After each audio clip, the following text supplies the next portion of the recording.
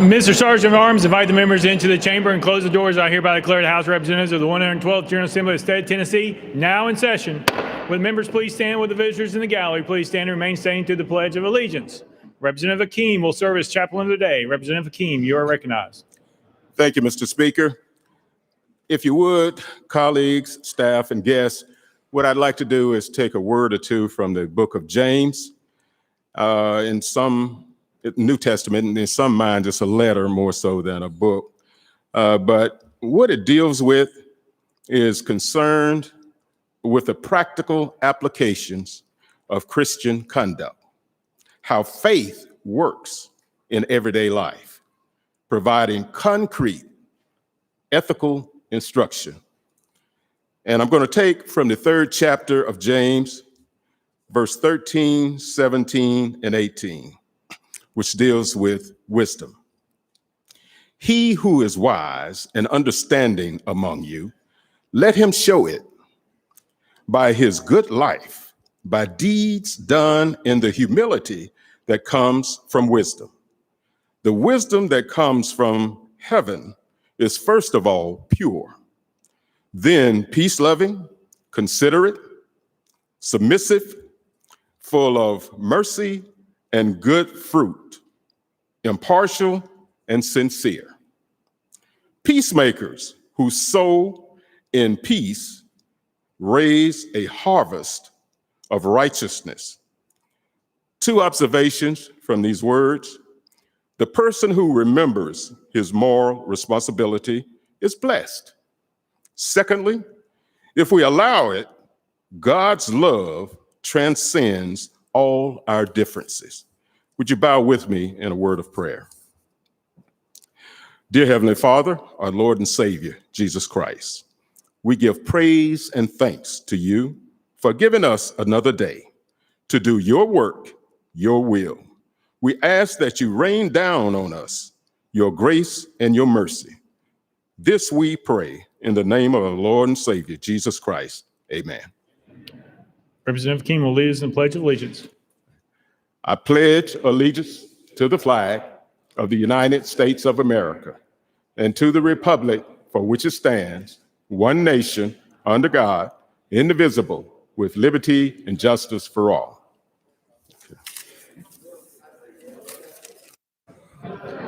Mr. Clerk, please take the roll. Roll call.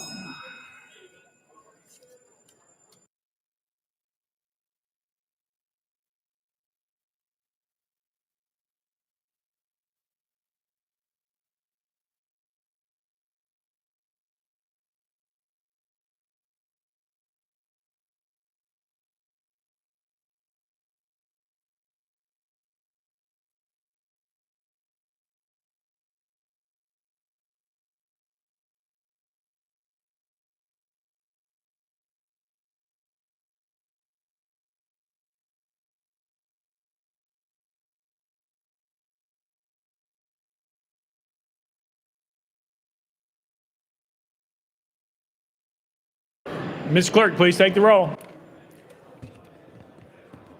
Mr. Speaker, 96 members present. Let the journal reflect. Representatives Byrd, Carter are excused. Next order, Mr. Clerk. Welcoming and honoring. Welcome and honoring anyone seeking recognition. Representative Hawk. Thank you, Mr. Speaker. In a year, last year in 2020, where we were not able to have any high school basketball state tournaments, both the girls and the boys tournaments were held this year. And we owe such a great debt of gratitude to all of our coaches and administrators of all of our high schools, in addition to the young men and women who play those sports, who give us something to root for every day amongst our youth in the state. I want to take this moment to congratulate the Greenville High School Green Devil boys basketball team on winning the state championship in AA this year. And interestingly enough, thank you all very much. Interestingly enough, and I was telling some of my colleagues this before, in the last decade, well, I'll take that back. Over the course of history, Greenville High School, they have won 46 state championships in 12 different sports. Most of those have been in the last decade. So thank you for congratulating Greenville High School boys basketball on the championship win. Representative Lamar. Thank you, Mr. Speaker. I just want to welcome my mom, Emily Payne Lamar, who's in the balcony. Hey, Mom, welcome.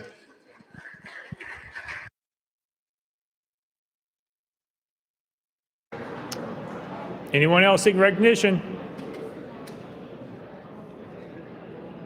Representative Hardaway, where you want to be recognized at? Chairman Keesling's desk. Go ahead, Jim. You go ahead. Thank you, Mr. Chairman. Together we stand as friends and colleagues, but we were competitors this past Saturday. But my dear friend, Representative Hardaway, came out on the short end of the stick, but we do appreciate him very much for his kindness and his good sportsmanship. Yes, ladies and gentlemen, we are referring to the Class A TSSAA state champs, Clay County Bulldogs. Yes. So at this point in time, I do want to share this mic, if with permission, Mr. Speaker, to my dear friend, Representative Hardaway. Thank you, sir. I'll keep it short. Congratulations to Clay County. Those Bulldogs played some ball. I also want to congratulate the Memphis Academy of Health Sciences for making it to the finals. So congratulations on the well-played games and congratulations on your championship, sir. Thank you. Thank you, GA, and thank you, Chairman. Appreciate it. Anyone else seeking recognition? Seeing none. Next order, Mr. Clark. Introduction to resolutions. Leader Lambert, you're recognized. Thank you, Mr. Speaker. I move that all resolutions properly filed be introduced pursuant to Rule number 17 in place of the consent calendar referred to the appropriate standing committee. Without objection, so ordered. Next order, Mr. Clark. Senate Joint Resolutions congratulatory and memorializing. Leader Lambert, you're recognized. Thank you, Mr. Speaker. I move that all Senate joint resolutions congratulatory and memorializing in line with the desk be placed on the consent calendar pursuant to Rule number 17. Without objection, so ordered.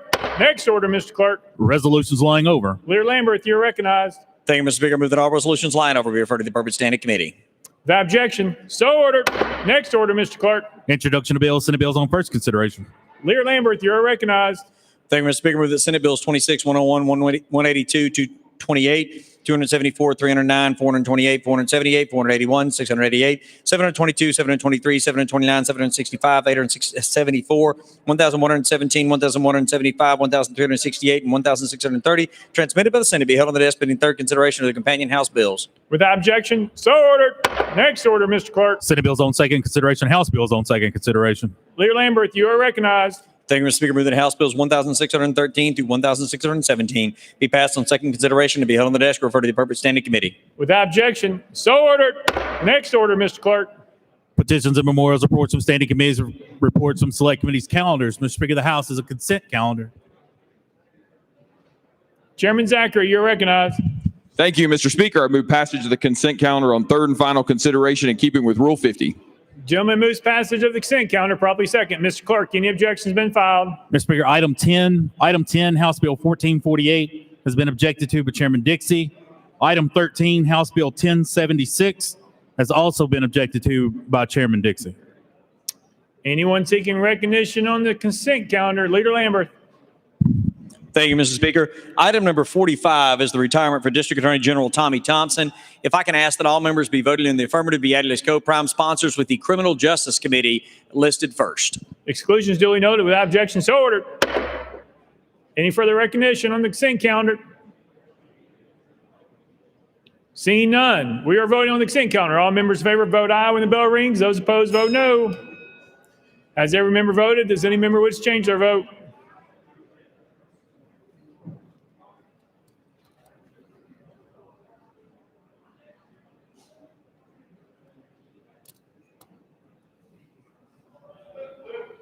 Mr. Clerk, please take the vote.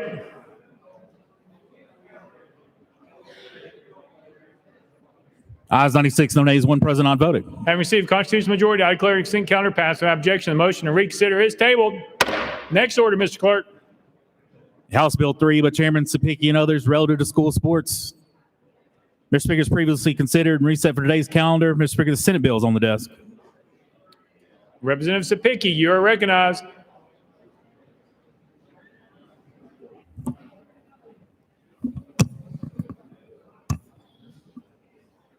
Thank you, Mr. Speaker. I move to substitute and conform to Senate Bill 0228. Representative Sapicki moves to substitute and conform to Senate Bill 228, properly second without objection. So ordered. Representative Sapicki. Thank you, Mr. Speaker. I move passage of Senate Bill 0228 on third and final consideration. Representative Sapicki moves passage of Senate Bill 228 on third and final consideration, properly second. Mr. Clerk, call up First Amendment. House Education Administration Committee Amendment number 1, Mr. Speaker, same as Senate Amendment number 1. Chairman White, you're recognized. Thank you, Mr. Speaker. I move to the hill of the amendments. Without objection, roll to the hill. Next amendment, Mr. Clerk. House Amendment 2 by Representative Clemens, Mr. Speaker, it was timely filed. Representative Clemens, you are recognized. Thank you, Mr. Speaker, and thank you, sponsor. Tonight, I rise in support of this amendment. And quite honestly, if I could have the members' attention, there's no good way to amend this legislation. This legislation appears to be working its way around the country with no problem to solve, just a point to make. We're legislating an issue here tonight that has not arisen by the sponsor's own admission in committee. There is not one single instance of this being an issue in the state of Tennessee that requires resolution, yet we are legislating it. Should this issue arise, it will be because a child has done something more courageous than most of us have done in our entire lives. They've recognized their true self and have made a difficult decision and has stepped up at one of the most fragile times in their lives in a difficult environment. This could be your child. It could be your grandchild. There is zero reason for the state of Tennessee to be proactively discriminating against children. We have enough issues going on in our education system right now. Proactively discriminating and trying to solve a problem that does not exist and has not yet arisen looks poorly upon this body. Like I said, this is a national piece of legislation. This isn't something that's addressing a Tennessee issue. But even with that, all my amendment does, in section 1, subsection A, I changed the word must to may. That's it. That's the entire amendment. The same language of the bill, it just changes must to may. It gives school systems and schools the option to do what the legislation is requiring. If this issue arises, our school systems at the local level among themselves need to be able to address this in their own way and in a manner that they see appropriate. We should not require them to discriminate, but we can give them the option to address it as they see fit. That's all the amendment does. For that, I ask for your support of the amendment. Representative Clemens moves adoption of amendment number 2, properly second. Any discussion on the amendment? Representative Sapicki. Thank you, Mr. Speaker. Members, words do mean things, and they're very important. This bill that I am sponsoring maintains the competitive balance, the safety, and the opportunities for scholarships and advancements of our female athletes. With that being said, Mr. Speaker, I make a motion to table this amendment. Proper motion, properly second. The parliamentary situation is Representative Clemens has moved amendment number 2. Representative Sapicki has moved that motion to the table.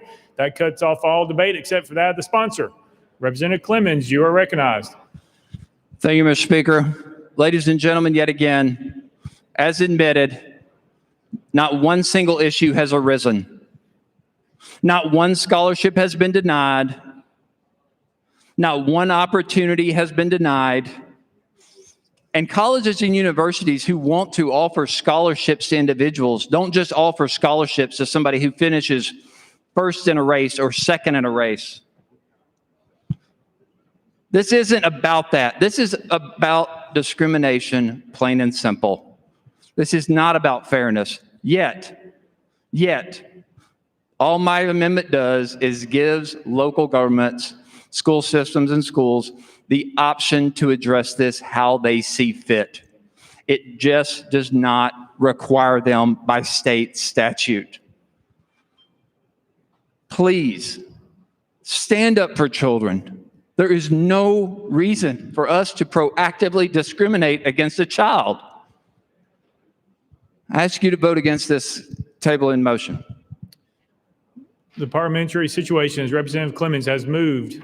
Amendment number 2, Representative Sapiki has moved that motion to the table. We're voting on the tabling motion. All those in favor vote aye of tabling. Vote aye when the bell rings. Those opposed vote no. Has every member voted? Does any member wish to change their vote?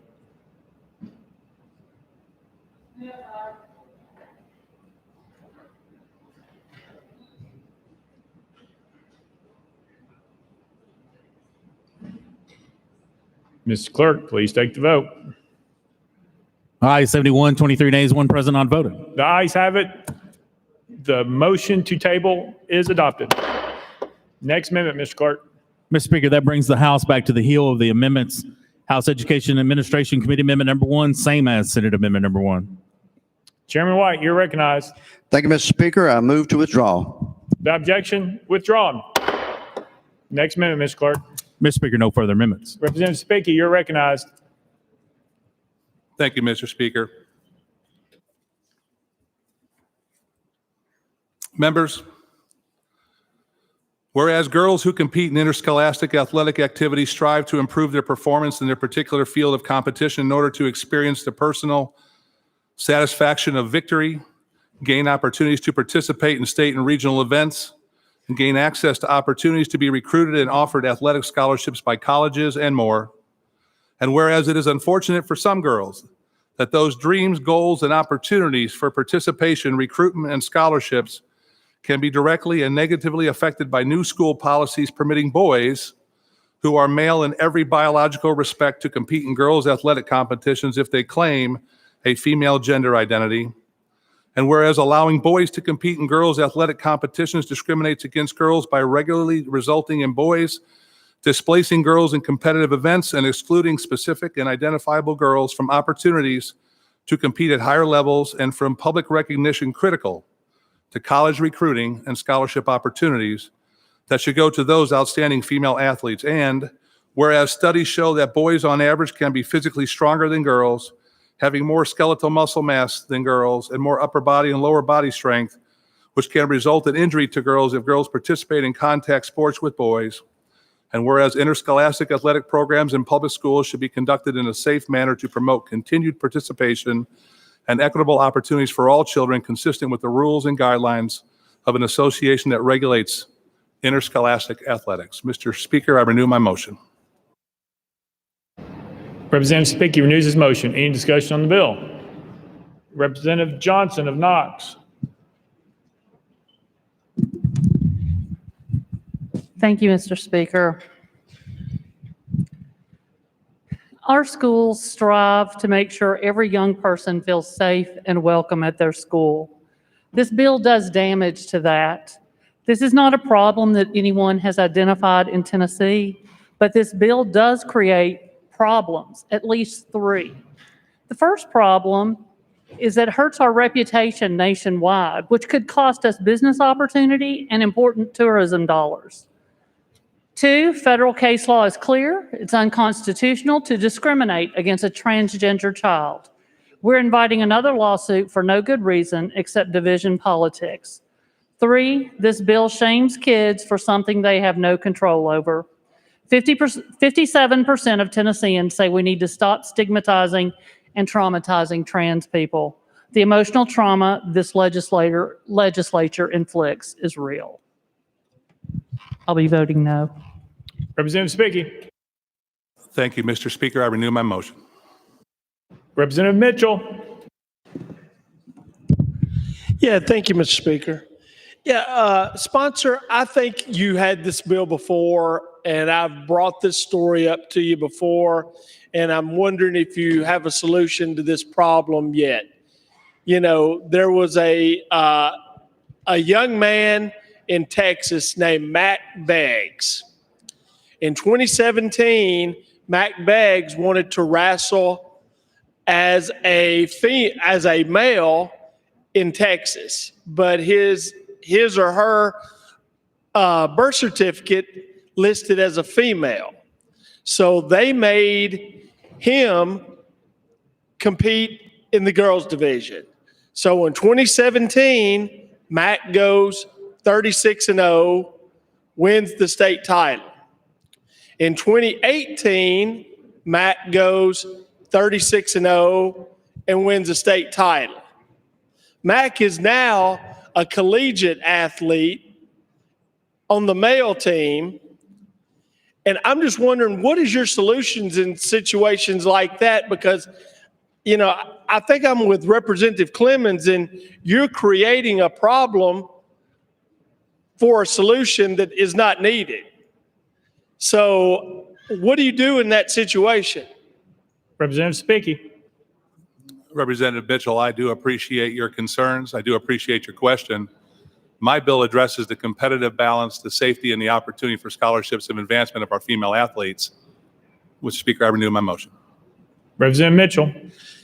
Okay, and then on the economic side of this, what is your solution when the NCAA and other national organizations boycott the state of Tennessee because of your legislation?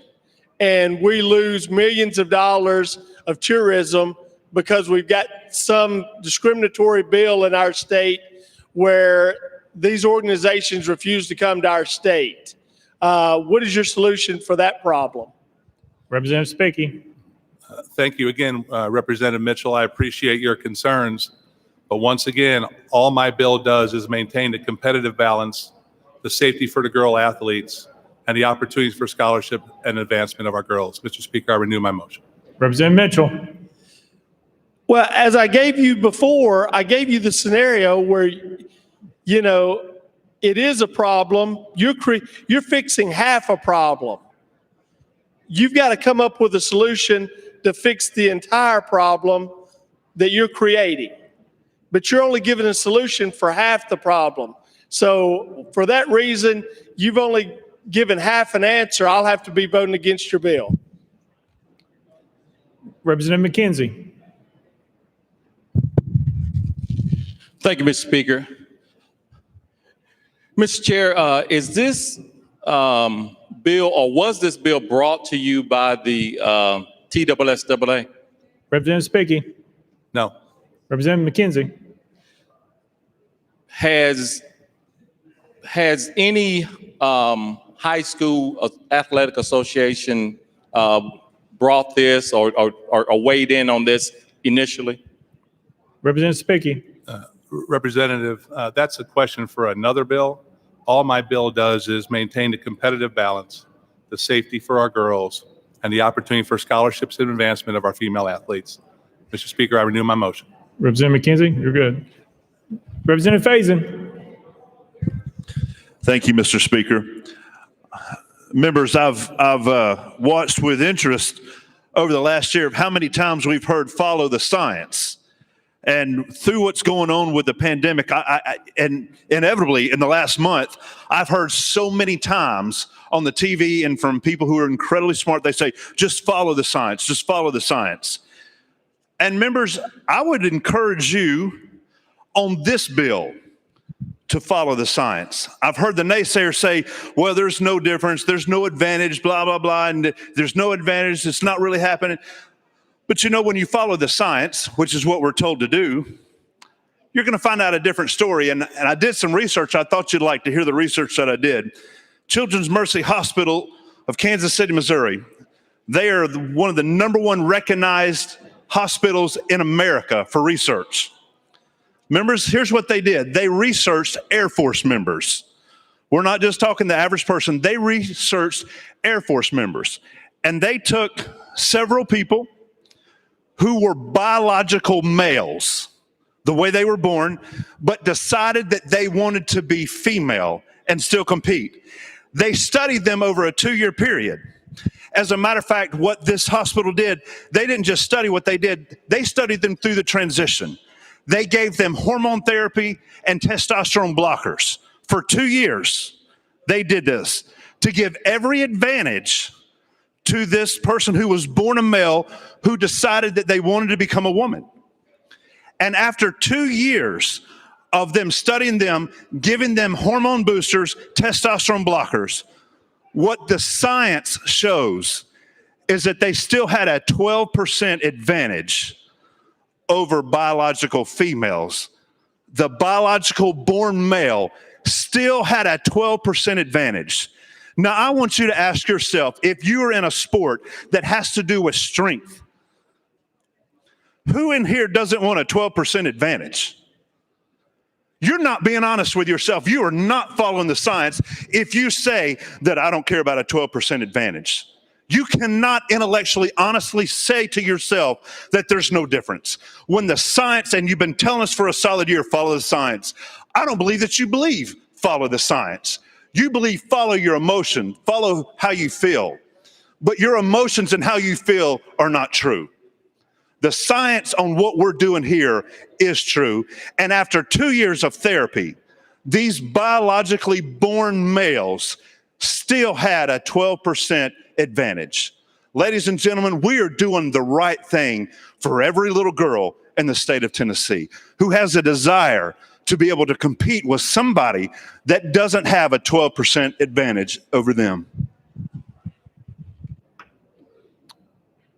Any further discussion? Representative Crawford, you are recognized. Move previous question. Previous question has been called. Any objection? Seeing none. All those in favor of Senate Bill 228, vote aye when the bell rings. Those opposed, vote no. Has every member voted? Does any member wish to change their vote?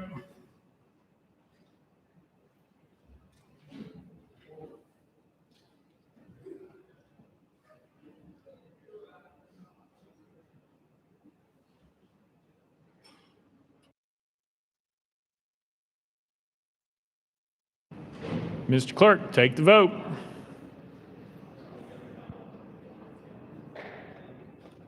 Ayes 71, 16 nays, 5 present, unvoted. Senate Bill 228, having received constitutional majority, I hereby declare it passed without objection. The motion to reconsider is tabled. Call up next bill, Mr. Clerk. House Bill 667 by Representative Freeman, relative to the Commercial Property Assessed Clean Energy and Resilience Act. Mr. Speaker, the Senate bill is on the desk. Representative Freeman, you are recognized. Thank you, Mr. Speaker. I move to substitute and conform to Senate Bill 0795. Representative Freeman moves to substitute and conform to Senate Bill 795, properly second without objection. So ordered. Representative Freeman. Thank you, Mr. Speaker. I move passage of Senate Bill 0795 on third and final consideration. Representative Freeman moves passage of Senate Bill 795 on third and final consideration. Properly second. Mr. Clerk, call up First Amendment. House Ag and Natural Resources Committee Amendment number 1. Chairman Hallford, you're recognized. Thank you, Mr. Speaker. I move to withdraw. Without objection, amendment number 1 withdrawn. Next amendment, Mr. Clerk. Mr. Speaker, no further amendments. Representative Freeman, you are recognized. Thank you, Mr. Speaker. As amended, this bill would allow third-party capital providers to provide lending to commercial property owners for energy efficiency improvements that are certified by the federal government. With that explanation, I renew my motion. Representative Freeman renews his motion. Any discussion on the bill? Seeing none, any objection to the question? Seeing none. All those in favor of Senate Bill 795, vote aye when the bell rings. Those opposed, vote no. Has every member voted? Does any member wish to change their vote?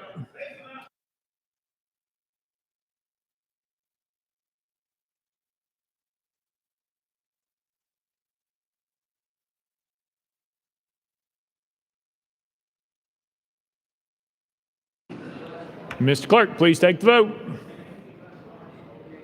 Ayes 87, no nays, 5 present, unvoted. Senate Bill 795, having received constitutional majority, I hereby declare it passed without objection. The motion to reconsider is tabled. Call up next bill, Mr. Clerk. House Bill 508 by Chairman Boyd and others relative to telehealth. Chairman Boyd, you are recognized. Thank you, Mr. Speaker. I move passage of House Bill 508 on third and final consideration. Chairman Boyd moves passage, properly second. Mr. Clerk, call it First Amendment. House Health Committee Amendment number 1. Chairman Terry, you're recognized. Thank you, Mr. Speaker. This amendment makes a technical correction to the bill. I defer to the sponsor for further explanation. Move to adopt. Chairman Terry moves adoption of amendment number 1, properly second. Any discussion on the amendment? Seeing none. All those in favor of amendment number 1 say aye. Aye. All those opposed say no. You adopted. Next amendment, Mr. Clerk. Mr. Speaker, no further amendments. Chairman Boyd, you are recognized. Thank you, Mr. Speaker. House Bill 508 deals with pre-licensed graduate and doctoral level professionals under Title 63. That's essentially occupational therapists, behavioral therapists, speech pathologists, and it simply allows them to use telemedicine to achieve their practicum and internship hours. Mr. Speaker, I renew my motion. Chairman Boyd renews his motion. Any discussion on the bill? Seeing none. Any objection to the question? Seeing none. All those in favor of House Bill 508 as amended, vote aye when the bell rings. Those opposed, vote no. As every member voted, does any member wish to change their vote?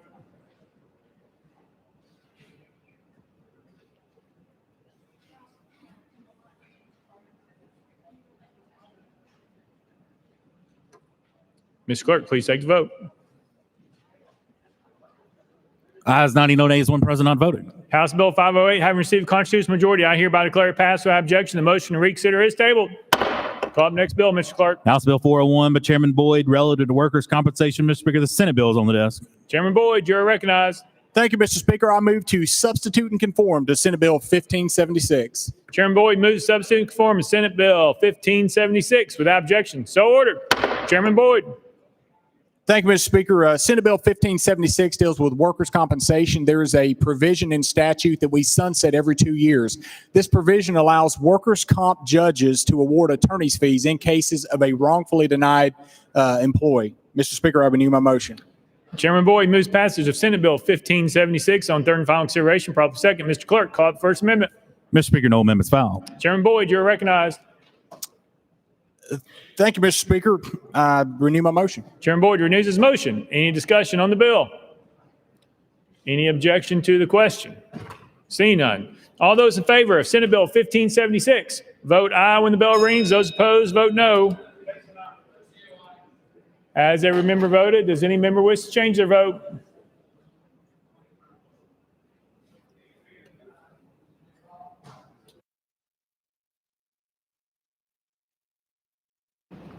Mr. Clerk, please take the vote.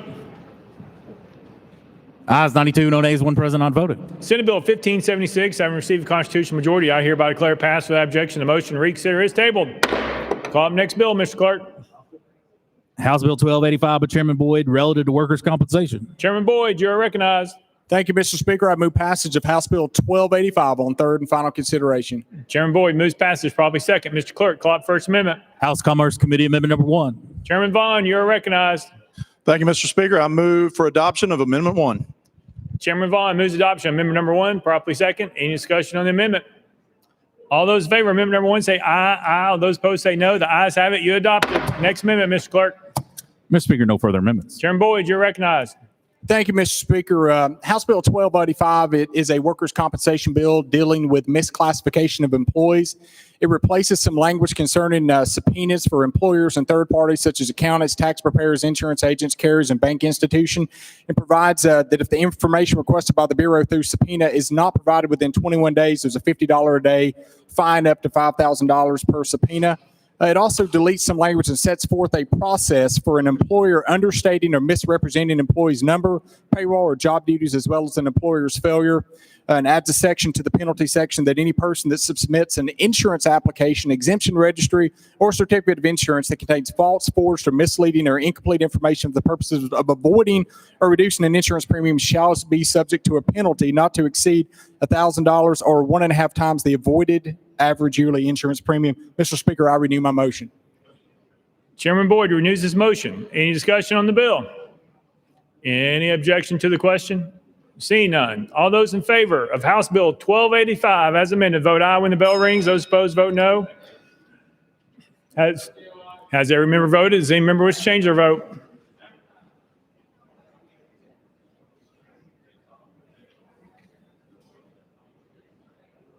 Mr. Clerk, please take the vote. Ayes 95, no nays. House Bill 1285, having received a constitutional majority, I hereby declare it passed without objection. The motion to reconsider is tabled. Call up next bill, Mr. Clerk. House Bill 89 by Chairman Whitson and others relative to law enforcement employees of the Department of Environment and Conservation. Mr. Speaker, the Senate bill is on the desk. Chairman Whitson, you are recognized. Thank you, Mr. Speaker. I move to substitute and conform to Senate Bill 0741. Chairman Whitson moves to substitute and conform to Senate Bill 741, properly second without objection. So ordered. Chairman Whitson. Thank you, Mr. Speaker. I move passage of Senate Bill 741 on third and final consideration. Chairman Whitson moves passage of Senate Bill 741 on third and final consideration, properly second. Mr. Clerk, call it First Amendment. House Agriculture and Natural Resources Committee Amendment number 1. Mr. Speaker, same as Senate Amendment number 1. Chairman Halford, you're recognized. Thank you, Mr. Speaker. Move to withdraw. Without objection, Amendment number 1 withdrawn. Next amendment, Mr. Clerk. Mr. Speaker, no further amendments. Chairman Whitson, you are recognized. Thank you, Mr. Speaker. House Bill 89 is an administration bill. TDAC park rangers are often called upon to provide law enforcement assistance to local law enforcement authorities, often in rural areas. This assistance includes operations that park rangers are uniquely qualified to carry out, such as wilderness search and rescue, swift water rescue, and support in searches for fugitives in remote areas. 80% of these requests received by park rangers for assistance from local law enforcement agencies are outside of the park boundaries. Current law does not provide our park rangers with specific authority to provide assistance to local law enforcement. If a park ranger was injured or caused an injury while assisting local law enforcement beyond the boundaries of a state park, the ranger and the state could be subject to legal challenges. This bill authorizes park rangers to provide this assistance at the request of local officials. TDAC criminal environmental investigators also provide support for local law enforcement agencies in the specialized area of environmental crimes. These crimes include activities such as aggravated dumping or falsification of reporting requirements. Local law enforcement agencies lack the specialization and training to investigate such crimes. Therefore, they rely on the advice and assistance of criminal environmental investigators from TDAC to carry out these investigations. With that, Mr. Speaker, I renew my motion. Chairman Whitson renews his motion. Any discussion on the bill? Any objection to the question? Seeing none. All those in favor of Senate Bill 741, vote aye when the bell rings. Those opposed, vote no. Has every member voted? Does any member wish to change their vote?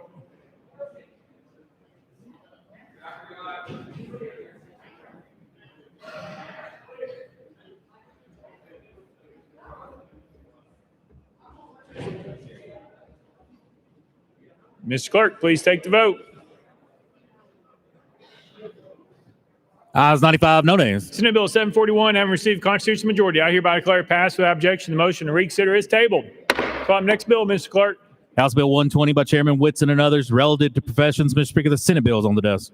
Chairman Whitson, you are recognized. Thank you, Mr. Speaker. I move to substitute and conform to Senate Bill 216. Chairman Whitson moves to substitute and conform to Senate Bill 216, properly second without objection. So ordered. Chairman Whitson. I move passage of Senate Bill 216 on third and final consideration. Chairman Whitson moves to substitute and conform to Senate Bill 216, properly second without objection. So ordered. Chairman Whitson moves patches of Senate Bill 216 on third and final consideration. Mr. Clerk, call up First Amendment. House Commerce Committee Amendment number 1. Mr. Speaker, same as Senate Amendment number 1. Chairman Vaughn, you're recognized. Since there is duplication, Mr. Speaker, I move to withdraw Commerce Committee Amendment number 1. Without objection, Amendment number 1 withdrawn. Next amendment, Mr. Clerk. Mr. Speaker, no further amendments. Chairman Whitson, you're recognized. Thank you, Mr. Speaker. House Bill 121 is known as the domestic violence bill. This is House Bill 120 bill requires any person currently holding a license as a cosmetologist, manicurist, hairstylist, or barber to successfully complete a free course on domestic violence awareness education as prescribed by the State Board of Cosmetology and Barber Examiners by 31 December 2025. Those who complete the awareness training as students during their professional education also satisfies this requirement. This course will train these professionals to recognize potential domestic violence and how to share resources with clients they believe are in need. Nearly half of all crimes in Tennessee are domestic violence related, and Tennessee ranks 9th in the nation for the rate that men kill women. I've served as foreman of the Williamson County Grand Jury for years. and I quickly discovered domestic violence does not discriminate and impacts individuals regardless of race, economic status, age, or education level. Most victims of domestic violence will not report their abuse to local law enforcement, but they are more likely to tell someone they trust or whom they have a long-standing relationship. Salon professionals see their clients on a regular and routine basis and establish these relationships. They are in a unique position to identify not only life-threatening conditions, but also physical signs of abuse like bruises and cuts or changes in everyday behavior. This bill does not make salon professionals mandatory reporters and does not hold them civil or criminally liable for acting in good faith or failing to act on information learned from their clients. In closing, I want to thank the YWCA Nashville, Middle Tennessee, Michelle Mowry Johnson, who's in the gallery today, and her incredible team for working so hard to bring this legislation forward. But also Susanna Post, also in the gallery today, for having the courage to speak out and take action to support and protect every victim of domestic violence in Tennessee. Their work clearly demonstrates the power of citizens in our state to make a positive difference. With that, Mr. Speaker, I renew my motion. Chairman Whitson renews his motion. Any discussion on the bill? Representative Parkinson, you are recognized. Thank you, Mr. Speaker. And to Chairman Whitson, I say thank you for bringing this legislation. This is a good bill. And we all know that the barbers and the stylists, they play many roles. They wear many hats. And sometimes their things are discussed in confidentiality with those members of that profession. And I'm glad that we're bringing this bill, and I think it'll be good for our state. Thank you so much.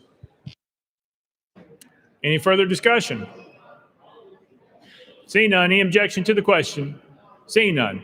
All those in favor of Senate Bill 216, vote aye when the bell rings. Those opposed, vote no. Has every member voted? Does any member wish to change their vote?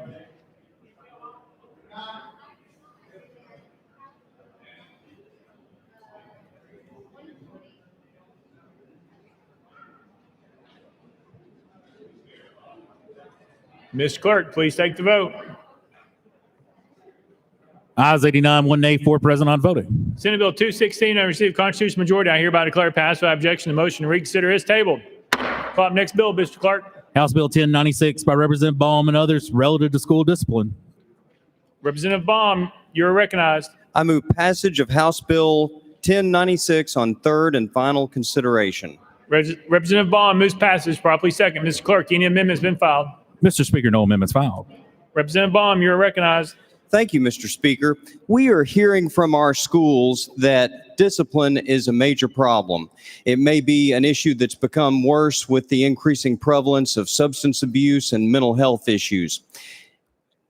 Teachers, we don't want teachers to be letting student conduct go because they're fearful of legal liability. In Tennessee's School Discipline Act, teachers, principals, school employees, and bus drivers already have the authority to use reasonable force to correct or restrain students to prevent them from harming others or themselves. And these individuals already have criminal immunity. What this bill does is it also provides these individuals with civil immunity under most circumstances. This bill is a way that we can recognize and support our teachers. I renew my motion. Representative Baum renews his motion. Any discussion on the bill? Representative Clemens, you're recognized. Thank you, Mr. Speaker, and thank you, sponsor. We've discussed these issues pretty much at length throughout the committee process, so bear with me here for us just briefly. We're seeking to amend the reasonable force statute in the Tennessee Code, and regardless of whether or not you think the duty of care should rise from negligence to gross negligence, as the legislation does, what you need to be aware of is the last sentence in Section 2, Sub D, that says a person who is immune under this section is not the proximate cause of any resulting injuries. Proximate cause is an element for any claim. There are two types of causation in a claim, and a lot of you in this room know that, but there is a but-for cause, but for the acts of someone is a cause in fact, and then there's proximate cause. which means even though a defendant was the but-for cause of harm, they won't be held liable for an injury that wasn't substantially caused by their conduct or were not reasonably foreseeable results of their conduct. This is a necessary element of any claim. So by including that sentence unnecessarily in this statute, it is arguable that we are creating blanket immunity regardless of gross negligence for any claim. So even if you agree with gross negligence, that's fine. But if you eliminate proximate cause by codifying this sentence, you are giving blanket civil immunity to teachers who harm students regardless of their duty and the breach of that duty. And that means you're also creating and breaking the causal chain and creating complete civil immunity for the school system, who would be sued for the gross negligent or negligent activity of that teacher. So again, as was stated earlier, words matter. This last sentence in this section is very problematic and is going to lead to some serious issues in the law of this state if we codify this sentence. Again, regardless if you agree with the spirit of the legislation or not, that sentence is going to create unintended harm. So thank you, Mr. Speaker. Thank you, sponsor. I, of course, cannot support this legislation. Representative Baum? Thank you, Representative Clemens. And I should point out that this bill would only grant civil immunity if the teacher's conduct was not gross negligence, reckless, or intentional misconduct. The bill says that a person or a teacher would be immune unless those conditions apply. And if they are immune, then they could not be considered the proximate cause of any resulting injuries. But of course, if the teacher was grossly negligent, reckless, or if there was intentional misconduct, then the immunities would not apply. Representative Johnson of Knox. Thank you, Mr. Speaker. Are you aware of the 3 reasons or categories of misbehavior, student misbehavior, why they misbehave? Representative Baum. I'm not sure I've got that list prepared to recite. I'm sure many lists of different reasons why students might misbehave could be created. I assume you've got one particular list in mind. Representative Johnson. Well, thank you. Yes, there are 3 reasons. Typically, and everything fits into the category of wanting attention, to get out of an activity or work, or the third, which is self-stim, which typically you have with a student who is ADHD or maybe autistic, something like that. And so you determine the function of the behavior, that sort of thing. But the thing that I think a lot of folks on this floor don't understand, kids want to please. And if kids are acting out, they're doing it because they want to bring attention to something. We have all heard about ACEs. I taught kids with ACEs on steroids, okay?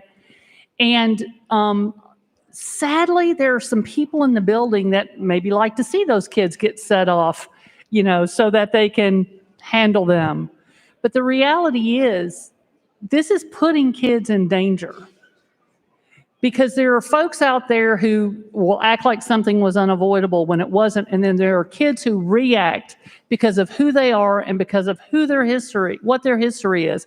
Some of them we know and some of them we don't know. We're putting kids at risk again tonight with another bill on this House floor, and it's very distressing to me. Representative Baum. Thank you, Representative Johnson. The intent of this bill is to support teachers, and I know you've got a long history of supporting teachers. The ability for teachers to use reasonable force to restrain or correct students is already in code. It's already in the School Discipline Act. All this bill does is it provides the teachers with civil immunity. It doesn't do anything to change their authority to already use reasonable force. Here's an example. This bill doesn't do anything to authorize corporal punishment.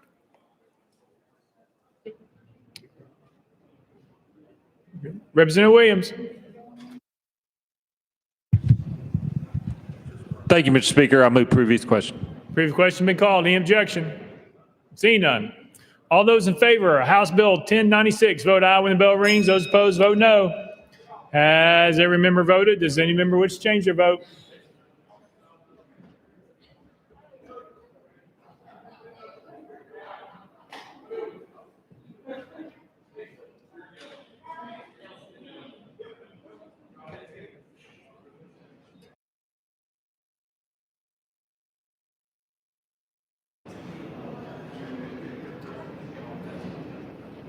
Mr. Clerk, please take the vote. Ayes 73, 23 nays, one present, not voted. House Bill 1096 received a constitutional majority. I hereby declare passed without objection. The motion to reconsider is tabled. Call up next bill, Mr. Clerk. House Bill 1097 by Representative Baum, relative to bonds. Representative Baum, you are recognized. Thank you, Mr. Speaker. I move passage of House Bill 1097 on third and final consideration. Representative Baum moves passage properly second. Mr. Clerk, call up First Amendment. House Local Committee Amendment number 1. Chairman Crawford, you are recognized. Thank you, Mr. Chairman. Mr. Speaker, I'm sorry. I move to adopt. Chairman Crawford moves adoption of Amendment number 1 properly second. Any discussion on the amendment? Seeing none. All those in favor of Amendment number 1 say aye. Aye. All those opposed say no. You adopted. Next amendment, Mr. Clerk. Mr. Speaker, no further amendments. Representative Baum, you're recognized. Thank you, Mr. Speaker. Counties have been required to carry surety bonds on public officials and fee officers in order to ensure against the mishandling of money, mistakes, crime, or dishonesty. A few years ago, the Tennessee General Assembly provided counties with a second option, which was to take out private insurance policies. This bill is permissive. It allows counties a third option. The third option is to self-insure these fee officers if the counties already self-insured their liability under the Tennessee Government Tort Liability Act. Again, the bill is permissive. It just simply provides counties with a third option. Mr. Speaker, I renew my motion. Representative Baum renews his motion. Any discussion on the bill? Any objection to the question? Seeing none. All those in favor of House Bill 1097 as amended, vote aye when the bell rings. Those opposed, vote no. Has every member voted? Does any member wish to change their vote?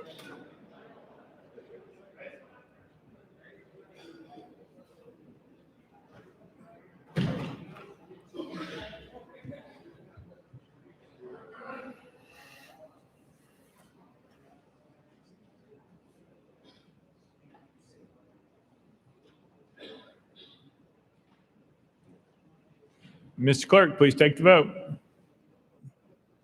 Ayes 96, no nays. House Bill 1097 having received constitutional majority, I hereby declare passed without objection. The motion to reconsider is tabled. Call up next bill, Mr. Clerk. House Bill 992 by Leader Love and others, relative to teen care. Representative Love, you are recognized. Thank you, Mr. Speaker. I move passage of House Bill 0992 on third and final consideration. Representative Love moves passage properly second. Mr. Clerk, any amendments been filed? Mr. Speaker, no amendments filed. Representative Love, you are recognized. Thank you, Mr. Speaker. Members, House Bill 0992 will be entitled Terrence's Law. My cousin, Terrence Perry, had sickle cell and fought to overcome the challenges of sickle cell disease, but in December 2016 died from complications related to sickle cell disease. Now, sickle cell disease is a disease where the blood cells are not like the regular blood cells. In regular blood cells, they are disc-shaped or donut-shaped cells, and they carry blood throughout the system to organs. When you have sickle cell disease, those particular red blood cells are like the sickle that a farmer uses, and the lifespan of those blood cells is also shorter. The lifespan of regular blood cells is about 90 to 120 days. The lifespan of a sickle blood cell is about 10 to 20 days. As a result, oftentimes persons with sickle cell disease have a shorter lifespan of their red blood cells, and as a result have low blood count. In addition, sickle cells oftentimes are sticky and can clog up the vessels where blood is supposed to travel, thereby causing, again, much pain for those who have sickle cell disease. So House Bill 0992 says that TennCare shall annually report the current medications and treatments that are used to treat sickle cell, but also receive input from the general public and from stakeholders about what new treatments there may be out there. My hope is that when people discover new treatments, because TennCare is doing an annual report, they may discover new treatments out there, thereby reducing the pain that sickle cell patients experience, also reducing the pain that their family goes through. So I'd ask members if you will please consider voting for this bill.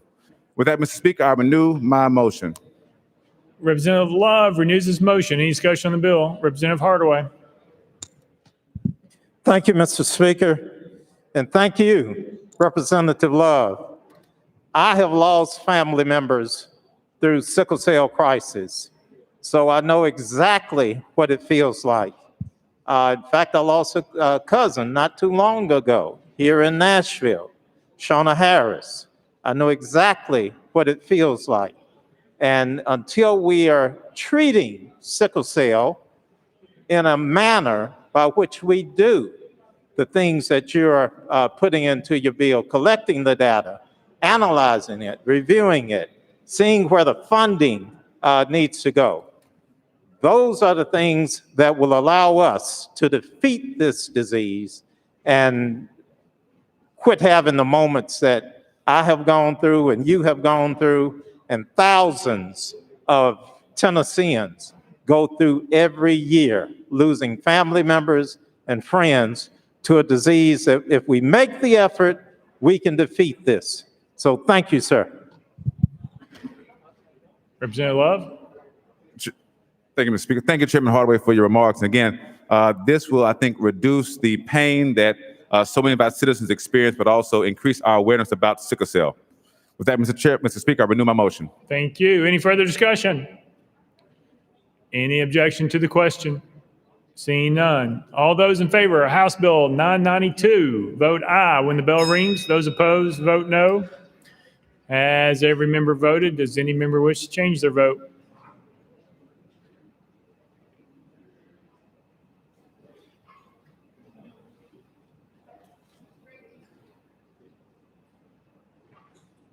Mr. Clerk, please take the vote. Ayes 94, no nays. House Bill 992, having received the constitutional majority, I hereby declare passed without objection. The motion to reconsider is tabled. Call up next bill, Mr. Clerk. House Bill 116 by Representative Garrett and others relative to lifetime disqualification from driving commercial motor vehicles after conviction for trafficking offense. Mr. Speaker, the Senate bill is on the desk. Representative Garrett, you're recognized. Thank you, Mr. Speaker. I move substitute conform to Senate Bill 115. Representative Garrett moves to substitute conform to Senate Bill 115, probably second, without objection. So ordered. Representative Garrett. Thank you, Mr. Speaker. I move passage of Senate Bill 0115 on third and final consideration. Representative Garrett moves passage of Senate Bill 115 on third and final consideration, probably second. Mr. Clerk, call it First Amendment. House Transportation Committee Amendment Number 1, Mr. Speaker, same as Senate Amendment Number 1. Chairman Howe, you're recognized. Thank you, Mr. Speaker. Move to withdraw. Without objection, Amendment Number 1 withdrawn. Next amendment, Mr. Clerk. Mr. Speaker, no further amendments. Representative Garrett, you're recognized. Thank you, Mr. Speaker. Members, this bill, human trafficking is a travesty, an absolute travesty. Most of the time, this crime is committed on our highways using large trucks or whatnot. So what this bill does is if you are convicted in Tennessee of a human trafficking crime, you will lose your CDL license forever. Mr. Speaker, I'll be happy to take any questions. I'll renew my motion. Representative Garrett renews his motion. Any discussion on the bill? Chairman Kiesling, you're recognized. Thank you, Mr. Speaker. Sponsor yield, please. Representative Garrett. Absolutely. All right. Thank you, sponsor.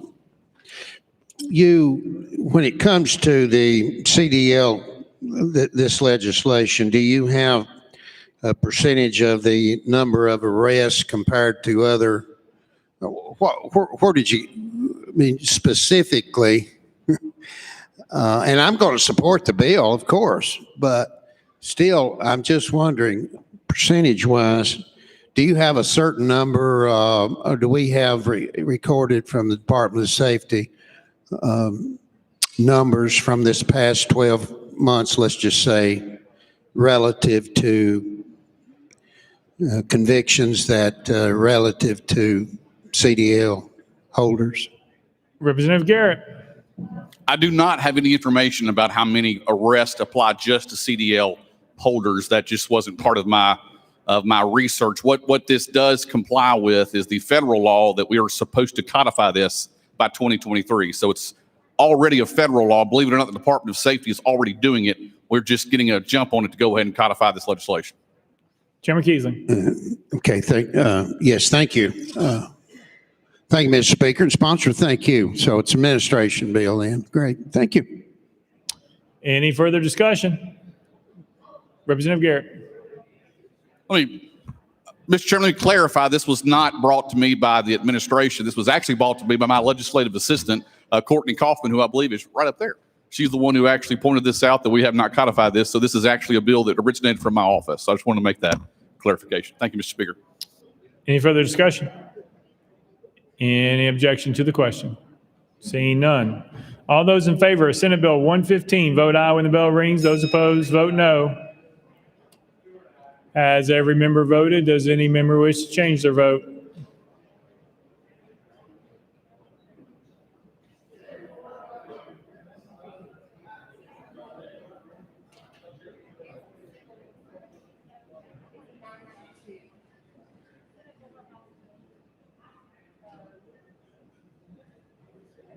Mr. Clerk, please take the vote.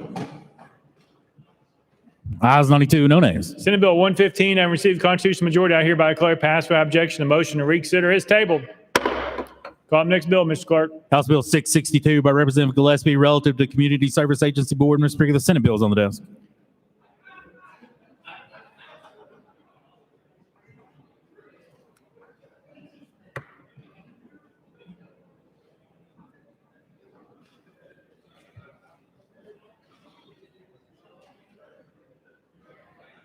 Representative Gillespie, you're recognized. Thank you, Mr. Speaker. I move to substitute and conform this bill to Senate Bill 0544. Representative Gillespie moves to substitute and conform Senate Bill 544 without objection. So ordered. Representative Gillespie. Thank you, Mr. Speaker. I move passage on Senate Bill 0544 on third and final consideration. Representative Gillespie moves passage of Senate Bill 544 on third and final consideration. Properly second. Mr. Clerk, call up First Amendment. Mr. Speaker, no amendments filed. Representative Gillespie, you're recognized. Thank you, Mr. Speaker. This bill was brought to me by the Comptroller of the Treasury. This legislation makes government work better by removing an unnecessary statutory requirement for the Comptroller's Office to approve the Community Service Agency Board's plan of operation. The current law requires the board to submit a plan of operation and amendments to this plan to the Commissioner of Finance and Administration and the Comptroller of the Treasury for approval. This legislation makes government work better by removing an unnecessary requirement for the Comptroller's Office to both approve and review the Community Service Agency's Board plan of operations and amendments to the plan. Thank you, Mr. Speaker, and I remove my motion. Representative Gillespie renews his motion. Any discussion on the bill? Representative Todd, you're recognized. Thank you, Mr. Speaker. Representative, I'm a little concerned that your first bill has something to do with the other chamber. This is the House, sir. I think you were elected to the House, and you're sponsoring a Senate bill. I'm a little concerned, sir.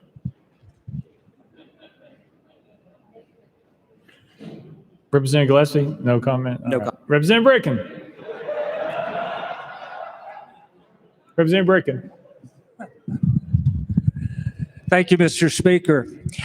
I need to let my fellow legislators know that I've known John for over 15 years.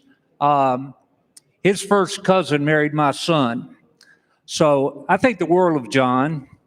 Hope one day to attend his wedding.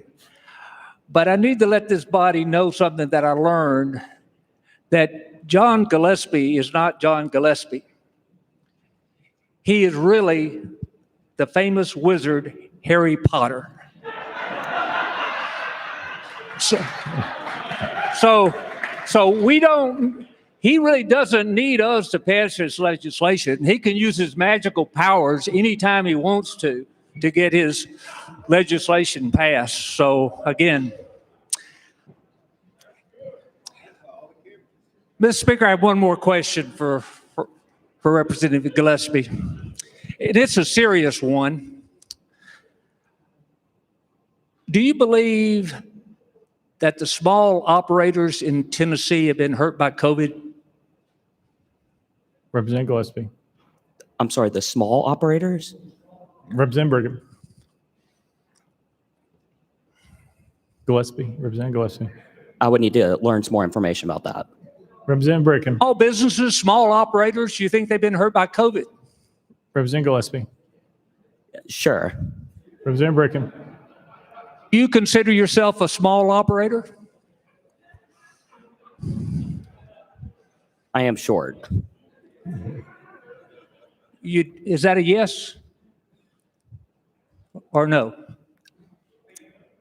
Thank you for your question. Well, really the point is, I just don't understand during the past year why you've been blaming COVID for your lack of dates.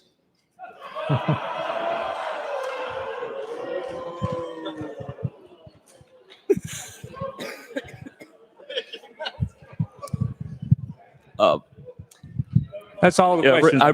Mr. Speaker, I'll renew my motion.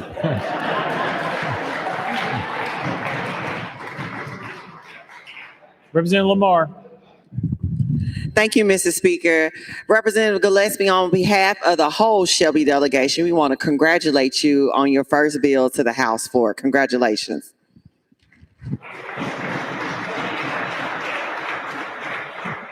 Chairman Vaughn. Thank you, Mr. Speaker, and I'm so glad that our Shelby County delegation chair lady brought up Shelby County, because one of the things that I figured out since I got here is that we each serve as cultural attachés from our communities. We bring items from our local communities, and then we carry back information from Nashville, and we're a flow back and forth of information. And in that vein, I'd like Representative Gillespie to give a little bit of a culture, to share some local culture with our colleagues here, and explain what the difference between 901 is and 201.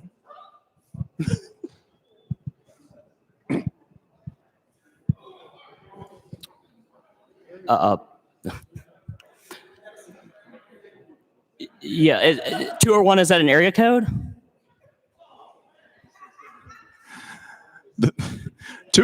I'm sorry, Mr. Speaker, but you've obviously never been to 201. 201 is the jail in Memphis, and 901 is the area code. So if anybody wants you to go to 201, please say no. We have to bone up our freshman member. But one thing that I'd like to point out also is that Memphis, is all areas of our great state are cultural, rich in culture, different music types. Appalachia gave rise to the Carter family, which eventually did country music. Memphis had Reverend Al Green and Elvis and Jerry Lee and a bunch of others. And of course, we're here in Music City. But there's also another version of music that's on the rise in Shelby County. And I guess the best thing to call it is like urban contemporary. That's the official name. Are you a fan of urban contemporary music, Representative Gillespie? Part of your district is in Memphis, so I would expect you to be able to discuss this cultural offering to us. I've recently discovered that and still looking into it. Well, I know the hour is late, so I'll wind up. And we've obviously have some work to do. But let me just say, if any of you have ever heard of the notorious B.I.G. or Biggie Smalls, those were both his stage names. His actual name is Christopher Wallace. And so what happens is that these colorful artists take on stage names. So I was going to ask you what your rapper name would be if you indeed decided to go into that musical genre. Mr. Speaker, I renew my previous motion. Just so for all of you wanted out there, my rapper name I would be Bougie Maine. Bougie because I enjoy the finer things of life, tied to Boogeyman, which gives me a sinister side. So I'm wondering, again, we'll work with you on this. We have a lot to work on with other fellow delegation member. But by the way, sir, all of our seats here are occupied by us for just a short period of time. Your seat was anchored by a titan in our chamber for many, many years. We look forward to you growing into that same role. Congratulations on getting this first one.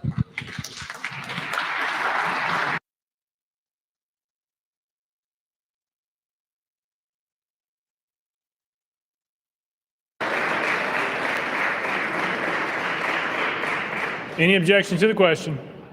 Seeing none. All those in favor of Senate Bill 544, vote aye when the bell rings. Those opposed, vote no. Has every member cast their vote? Does any member wish to change their vote?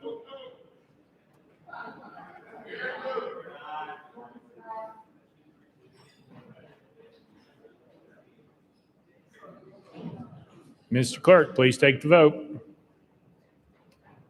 Ayes 96, no nays. Senate Bill 544 having received constitutional majority, I hereby declare it passed without objection. The motion to reconsider is tabled.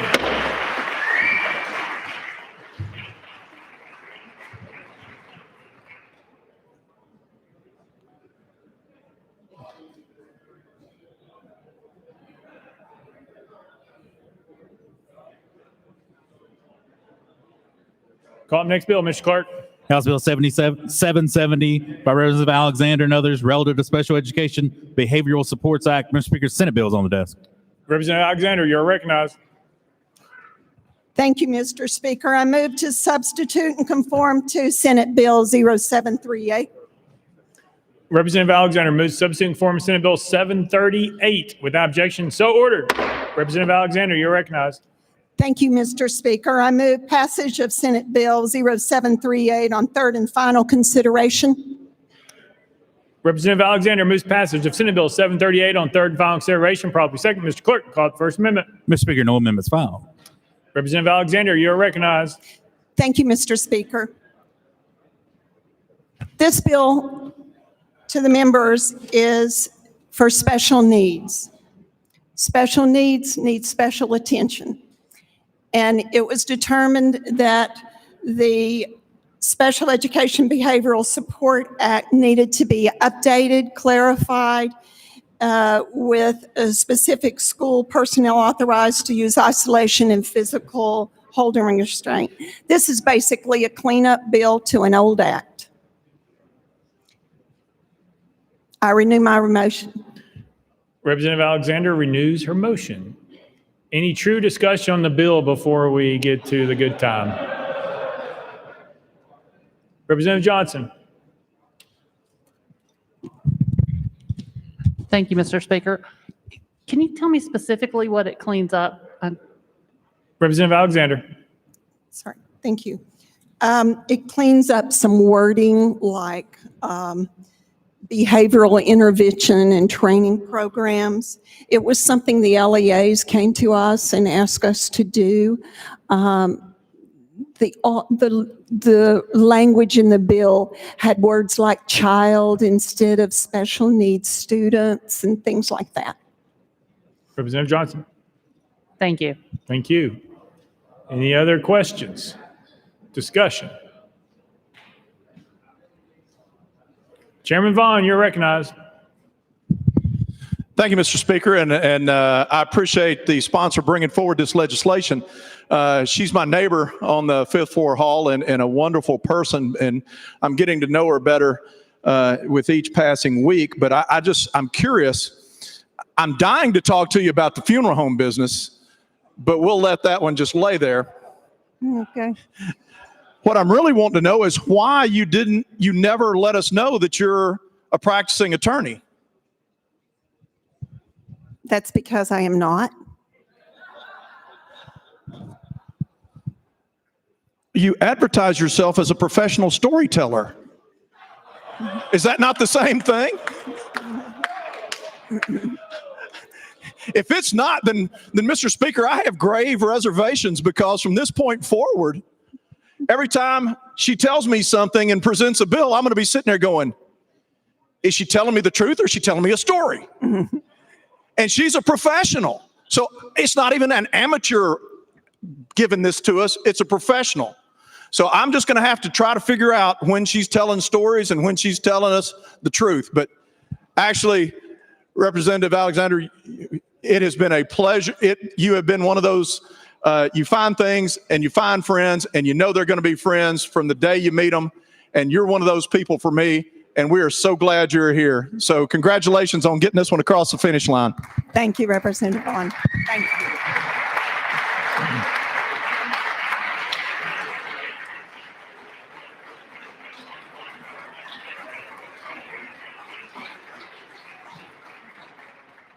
Any further discussion? Seeing none. Any objection to the question? Seeing none. All those in favor of Senate Bill 738, vote aye when the bell rings. Those opposed, vote no. Has every member cast their vote? Does any member wish to change their vote?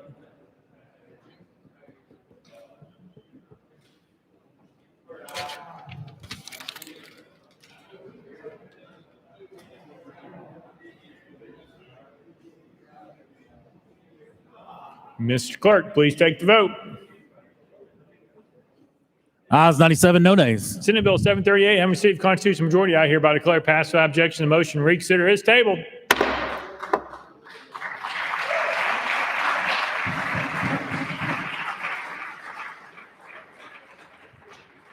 Call up next bill, Mr. Clerk. House Bill 1343 by Representative Ogles relative to contraband in penal institutions. Representative Ogles, you are recognized. Thank you, Mr. Speaker. I move passage of House Bill 1343 on third and final consideration. Representative Ogles moves passage properly second. Mr. Clerk, any amendments been filed? Mr. Speaker, no amendments filed. Representative Ogles, you are recognized. Thank you, Mr. Speaker. Members, this bill addresses a problem we have right now in Tennessee. Presently in Tennessee, it is a crime to have a cell phone in a prison or penal institution. However, once you smuggle that piece of contraband into the prison, it's not a crime whatsoever. So what we've had is over the years, we've had many cell phones that have stayed in our penal institutions. We have very little regulation authority to seize those devices and search them and use those for law enforcement capacity. What this bill does is makes possession of a cell phone in a penal institution a Class E felony, punishable by fine only. Thank you, Mr. Speaker. With that, I renew my motion. Representative Ogles renews his motion. Any discussion on the bill? Representative Griffey.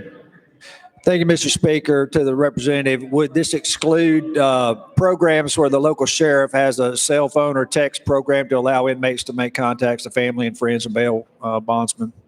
Representative Ogles. Thank you, Mr. Speaker. No, I appreciate that question. It would not prohibit authorized uses by the institution. Thank you for that question, Representative. Any further discussion? Any objection to the question? Seeing none. All those in favor of House Bill 1343, vote aye when the bell rings. Those opposed, vote no. Has every member voted? Does any member wish to change their vote?